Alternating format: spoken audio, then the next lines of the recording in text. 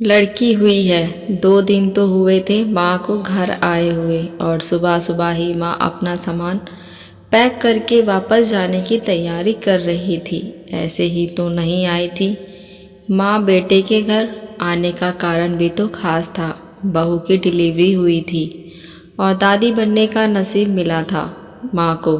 माँ दौड़ी दौड़ी खुशी खुशी अपने कॉलेज से छुट्टी लेकर आई थी अपने पोते का मुंह देखने के लिए। एक बड़े कॉलेज में लेक्चरर होने के बावजूद माँ की सोच अभी भी ऑर्थोडॉक्स टाइप की थी, जो पहले से यह सोचकर बैठी थी कि पोता होगा तो अच्छा होगा। माँ के अरमानों पर तब पानी फिर गया जब बहू ने बेटे को नहीं बेटी को जन्म दिया। हालांकि माँ यह सब अपने चेहरे पर दिखाना नहीं चाहती थी, लेकिन उनका बर्ताव भारी बातें बयां कर रहा था। माँ को वापस जाने की तैयारी करता देख बेटा माँ के पास गया और माँ से बोला, माँ 2 दिन तो हुए हैं तुम्हें आने को और तुम जाने की तैयारी कर रही हो।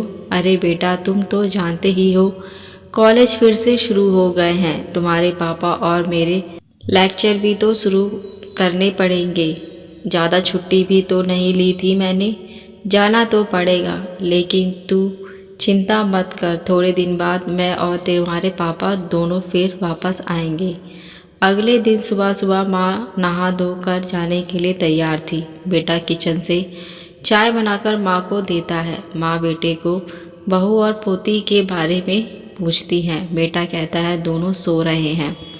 माँ बेटी से कहती है, खुशी की बात है बेटा, तेरे घर लक्ष्मी ने जन्म लिया है। लेकिन मेरी मानो तो अब तुम और बहू मिलकर एक और बच्चा प्लान कर लो, ताकि तेरी फैमिली पूरी हो जाए। हो सकता है मेरी बातें तुम्हें पुराने ज़माने की लगे, लेकिन थोड़ा प्रैक्टिकल होकर सोचना। बेटा अच्छे से जानता था कि माँ जो कह रही थी और जो कहना चाहती थी वह बातें दोनों ही बहुत अलग थीं।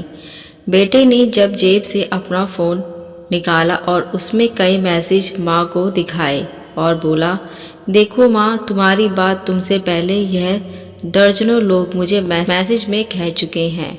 हर कोई डायरेक्टली मुझे यही कहने की कोशिश कर रहा है कि बेटा होता तो अच्छा होता, या फिर अगले बेटे के लिए ट्राई करो। माँ, तुम चाहे मुझे जो भी समझने की कोशिश करो, लेकिन मैं यही कहूँगा कि तुम और पापा दोनों ही अभी भी पुरानी सोच को पकड़े हुए हो।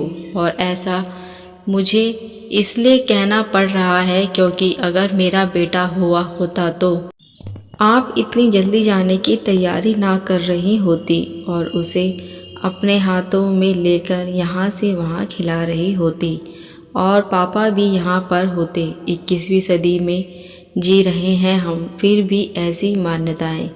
और आप दोनों से मुझे यह उम्मीद नहीं थी। आप हजारों बच्चों को लेक्चर देती हो और खुद इस तरह के विचार रखती हो। अगर आप ऐसे मानते हो कि बेटा और बेटी दोनों होंगे तभी फैमिली कंप्लीट होगी, तो मेरे एक सवाल का जवाब दीजिए कि मैं अकेला क्यों हूँ, मेरी कोई बहन क्यों नहीं है। माँ के पास बेटे के सवाल का कोई जवाब ना था। वो अपनी नज़रें झुकाए वहाँ से चली गई। बेटा अपनी माँ से बहुत प्यार करता था। वह बिल्कुल उनका अपमान करना नहीं चाहता था, लेकिन गलत विचारों का समर्थन करना भी उसे ठीक नहीं लगा। यह सारी बातें बहू ने भी सुन ली थी। बेटे ने उनके पास जाकर उसका उतरता हुआ चेहरा देखकर उसे समझाते हुए कहा, देखो चारू, तुम्हें माँ की बातों से या किसी और की बातों से परेशान होने की बिल्कुल ज़रूरत नहीं है। मुझे कोई फ़र्क नहीं पड़ता कि बेटा हुआ है या बेटी। मेरे लिए यही बड़ी बात है कि मेरी बेटी स्वस्थ है और खुश। चारू बोली, मैं माँ की बातों से या किसी और की बातों से बिल्कुल परेशान नहीं हूँ, लेकिन हाँ, मैं परेशान ज़रूर हूँ। मैं एक समाज सेविका हूँ और मैं हर दिन कई लड़कियों से मिलती हूँ। आश्चर्य की बात यह है कि मुझे आज तक एक भी ऐसी लड़की नहीं मिली जो कहती हो कि लड़की होने की वजह से उसे अलग तरीके से ट्रीट ना किया गया हो। या कुछ सहन ना करना पड़ा हो। मैं खुद एक औरत हूँ और इस बात का अनुभव मैंने भी किया है। और अब जब हमारे घर में भी एक लड़की ने जन्म लिया है तो मैं परेशान हूँ। पति अपनी पत्नी को समझाते हुए कहता है, कल्पना चावला, रानी लक्ष्मीबाई, बीपी सिंधु, प्रतिभा पाटिल, किरण बेदी, लिस्ट कितनी लंबी है, कभी ख़त्म ही ना हो।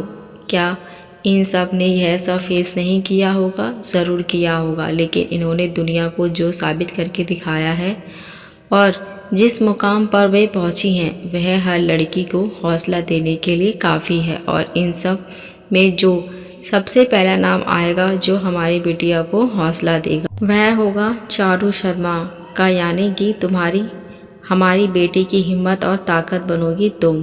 दोस्तों, सिर्फ महिला दिवस मनाने से या देवियों की पूजा करने से लड़का लड़कियों में समानता नहीं आएगी। यह समानता तब आएगी जब हम अपने विचारों को जड़ से बदल पाएंगे। उम्मीद करती हूँ आज की यह कहानी, आपका शीर्षक है लड़की हुई है, ये प्रेरक कहानी, इमोशनल मोटिवेशनल कहानी, आपके दिल को छू पाई होगी। अगर ये कहानी अच्छी लगी हो तो मुझे कमेंट करके ज़रूर बताएं। अगर आप हमारे चैनल पर नए हैं तो मेरे चैनल को सब्सक्राइब, लाइक, शेयर ज़रूर करें।